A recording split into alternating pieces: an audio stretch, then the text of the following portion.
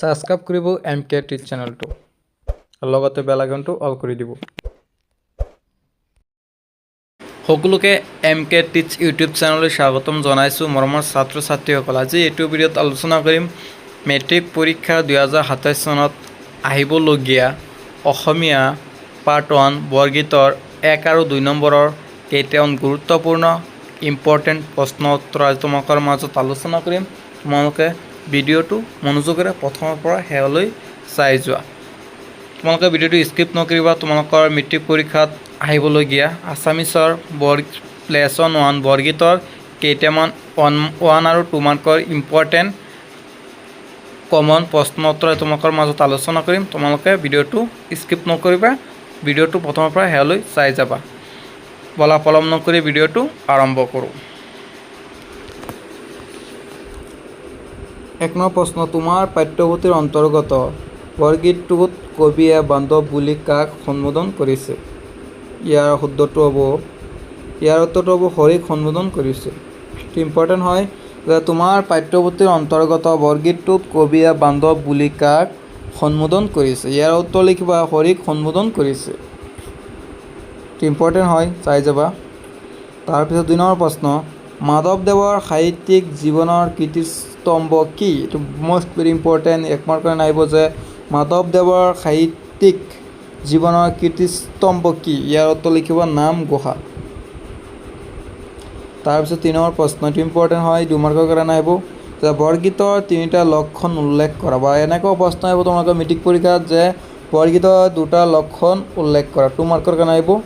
ইয়াৰ উত্তৰ লিখিবা বৰগীতৰ 3টা লক্ষণ হ'ল, বা 2 মাৰ্কৰ কাৰণে আহিলে লিখিবা বৰগীতৰ 2টা লক্ষণ হ'ল। 1 নম্বৰ লিখিবা শংকৰদেৱ আৰু মাধৱদেৱৰ দ্বাৰা ৰচিত গীতসমূহেই হ'ল বৰগীত।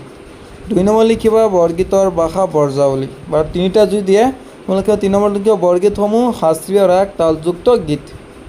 বুজি পাইছে? তাৰপিছত 4 নম্বৰ প্ৰশ্ন, মৌপাশ মানে কি? এইটো ইম্পৰ্টেণ্ট। 1 মাৰ্কৰ কাৰণে আহিব তোমালোকৰ শব্দ অৰ্থ যে মৌপাশ মানে কি, মৌপাশ শব্দ অৰ্থ কি? উত্তৰ লিখিবা মায়াৰ বন্ধন। তাৰ 5 নম্বৰ প্ৰশ্ন, এইটো ইম্পৰ্টেণ্ট হয়। মই আজি তোমালোকৰ যিকেইটা প্ৰশ্ন আলোচনা কৰি গোটেইকেইটা তোমালোকে ইম্পৰ্টেণ্ট, তোমালোকৰ এক্সামৰ কাৰণে অহাটো নিশ্চিত এইকেইটাৰ পৰা আহিব এক্সামত। তোমালোকে ভালকৈ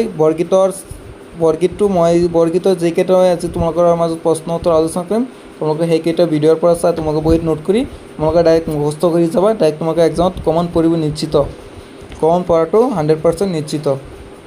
তাৰপিছত 5 নম্বৰ প্ৰশ্ন, মাধৱদেৱৰ জন্মস্থান কি? বা মাধৱদেৱৰ জন্মস্থান ক'ত হৈছিল? ইয়াৰ উত্তৰ লিখিবা লখিমপুৰৰ জিলাৰ নাৰায়ণপুৰৰ লেটেকু পুখুৰীত জন্ম হৈছিল। মাধৱদেৱৰ জন্ম হৈছিল লখিমপুৰ জিলাৰ নাৰায়ণপুৰ লেটেকু পুখুৰীত জন্ম হৈছিল। কাৰ হৈছিল? মাধৱদেৱৰ। মনত ৰাখিবা, মই এটা এটাকৈ আলোচনা কৰি দি আছোঁ। 6 নম্বৰ প্ৰশ্ন, মাধৱদেৱৰ ৰচনা কৰা বৰগীতৰ সংখ্যা কিমান? ইম্পৰ্টেণ্ট। 1 মাৰ্কৰ আহিব যে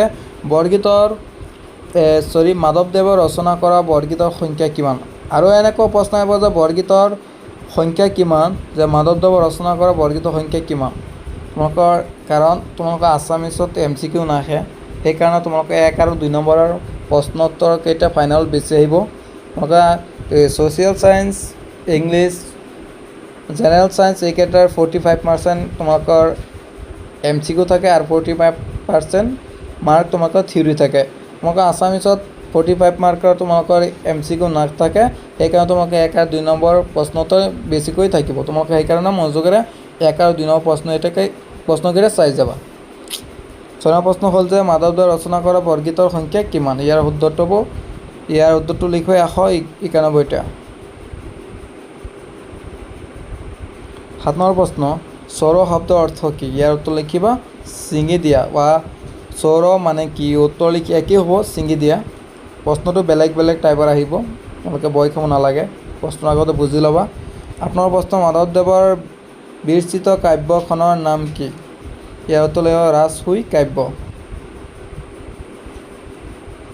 9 নম্বৰ প্ৰশ্ন, মাধৱদেৱ কোনজন গুৰুৰ প্ৰিয় শিষ্য আছিল? ইম্পৰ্টেণ্ট। উত্তৰ লিখিবা শংকৰদেৱৰ শিষ্য আছিল। 10 নম্বৰ প্ৰশ্ন, নামঘোষাক আৰু কি নামেৰে জনা যায়? আৰু এটা প্ৰশ্ন ইম্পৰ্টেণ্ট যে নামঘোষাক আৰু এটা কি নামেৰে জনা যায়? হেজাৰী গুহা নামেৰে জনা যায়। মনত ৰাখিবা, ইয়াৰ উত্তৰ হ'ব নামগোহাক কি নামেৰে জনা যায়? উত্তৰটো লিখিব হেজাৰী গুহা নামেৰে জনা যায়। আৰু এনেকুৱা প্ৰশ্ন আহিব পাৰে যে হেজাৰী গুহাক আৰু এটা কি নামেৰে জনা যায়? হেজাৰী গুহাক কি নামেৰে জনা যায়? ইয়াৰ উত্তৰ লিখিব নামগুহা নামেৰে জনা যায়। বা যদি প্ৰশ্ন আহে যে নামগুহাক আৰু এটা কি নামেৰে জনা যায়? উত্তৰ লিখিব হেজাৰী গুহা নামেৰে জনা যায়। একেই প্ৰশ্ন বা বেলেগ বেলেগ টাইপৰ আহিব, বেলেগ বেলেগ ধৰণৰ। 11 প্ৰশ্ন, অৰ্জুন ভোজন নাটকখন কোনে ৰচনা কৰিছিল? উত্তৰ লিখিব শ্ৰী শ্ৰী মাধৱদেৱে ৰচনা কৰিছিল। 12 প্ৰশ্ন, কবি কিহত আঁতৰ হোৱা বুলি কৈছে? উত্তৰ লিখিব বিষয় বাসনাত আঁতৰ হোৱা বুলি কৈছে। 13 প্ৰশ্ন, বৰগীতটিত কবিয়ে কাৰ চৰণ শৰণ ল'ব বিচাৰিছে? উত্তৰ লিখিবা হৰিৰ চৰণত। 14 প্ৰশ্ন, সনক সনন্দ যোগী যাহাকো দিজায়, সনক সনন্দ আদি যোগীসকলে কাক ধ্যান কৰে বুলি কৈছে? ইয়াৰ উত্তৰ লিখিব হৰিক। তাৰপিছত 15 প্ৰশ্ন, শব্দাৰ্থ লিখা। শব্দ অৰ্থ হ'ব তোমালোকৰ 1 মাৰ্কৰ কাৰণে হ'ব শব্দৰ অৰ্থ দিব। যাহাকো দি দিব যিজন দিজায় ধ্যান কৰে, নিগম শাস্ত্ৰ, বিষয় বিকলে, সাংসাৰিক দুখ, শৰণ চৰণ, চৌৰ ছিঙি দিয়া, মোপা মায়াৰ বন্ধন। এইকেইটা চাই যাওঁ, ইয়াৰ পৰা কমন আহিব তোমালোকৰ। 16 প্ৰশ্ন, মাধৱদেৱৰ পিতৃ মাতৃৰ নাম কি আছিল? উত্তৰ লিখিব মাধৱদেৱৰ পিতৃ হ'ল গোবিন্দগিৰি ভূঞা আৰু মাতৃৰ নাম হ'ল মনোৰমা। 17 প্ৰশ্ন, মাধৱদেৱে ক'ত ক'ত ধৰ্ম প্ৰচাৰ কৰিছিল? উত্তৰ লিখিব মাধৱদেৱে বাৰাদি, গণককুছি, সুন্দৰীদিয়া আৰু বেলাৰডাংগাত ধৰ্ম প্ৰচাৰ কৰিছিল। ইম্পৰ্টেণ্ট হয় এইটো। 18 প্ৰশ্ন, মাধৱদেৱে ৰচনা কৰা দুখন নাটকৰ নাম কি? মষ্ট ইম্পৰ্টেণ্ট, তোমালোকৰ 2 মাৰ্কৰ কাৰণে আহিব যে মাধৱদেৱে ৰচনা কৰা দুখন নাটকৰ নাম কি? উত্তৰ লিখিব অৰ্জুন ভোজন বা দধি-মথন। এনেকুৱা প্ৰশ্ন আহিব 1 মাৰ্কৰ কাৰণে যে দধি-মথন কোনে ৰচনা কৰিছিল? উত্তৰ লিখিব মাধৱদেৱে আৰু দধি-মথনটো ৰচনা কৰিছিল। বা এনেকুৱা প্ৰশ্ন আহিব 1 মাৰ্কৰ কাৰণে যে অৰ্জুন ভোজন কোনে ৰচনা কৰিছিল বা কাৰ ৰচনা? উত্তৰ লিখিবা মাধৱদেৱে অৰ্জুন ভোজন নাটকখন ৰচনা কৰিছিল।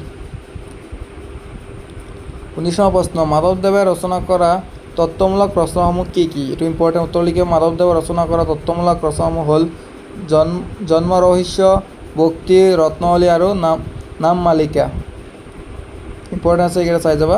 20 নম্বৰ প্ৰশ্ন, বৰগীতৰ দুটা প্ৰধান বৈশিষ্ট্য উল্লেখ কৰা।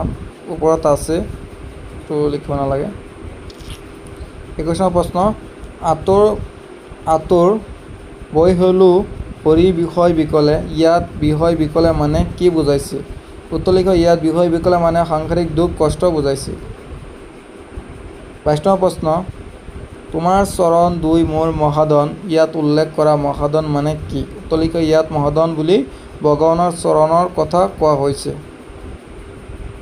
তাৰপিছত 23 নম্বৰ প্ৰশ্ন, কৃপা কৰা নাৰায়ণ চৰ মৌপা, ইয়াত কি মৌপাহৰ কথা কোৱা হৈছে? উত্তৰ লিখিব ইয়াত হৰিৰ মায়াৰ বন্ধনৰ কথা কোৱা হৈছে। আমাৰ ছাত্ৰ ছাত্ৰীসকল, তো মোৰ ভিডিঅ'টো তোমালোকে ভাল লাগে ভিডিঅ'টো লাইক কৰি চেনেলটো ছাবস্ক্ৰাইব কৰি দিবা। তোমালোকৰ আজি বৰগীতৰ তোমালোকৰ 23টা প্ৰশ্ন উত্তৰ তোমালোকৰ মাজত আলোচনা কৰিছোঁ। তোমালোকৰ ভালকৈ এই 23টা প্ৰশ্ন উত্তৰ বহীত লিখি মুখস্থ কৰি যাবা এক্সামত। তোমালোকে এই 23টাৰ পৰা তোমাক 100% নিশ্চিত ইয়াৰ পৰা কমন আহিবই। তোমালোকে এটা এটাকৈ বৰগীতৰ কিতাপ পঢ়ি তোমালোকে এটা এটাকৈ প্ৰশ্ন উত্তৰ লিখাই দিছোঁ, ইয়াৰ পৰা তোমালোকৰ কমন আহিবই, এইটো নিশ্চিত। এটাও প্ৰশ্ন তোমালোকক এৰি দিয়া নাই, বা যিকেইটা প্ৰশ্ন তোমাক ইম্পৰ্টেণ্ট হয় সেই গোটেইখিনি প্ৰশ্ন উত্তৰ তোমালোকৰ মাজত আলোচনা কৰিছোঁ। ধন্যবাদ।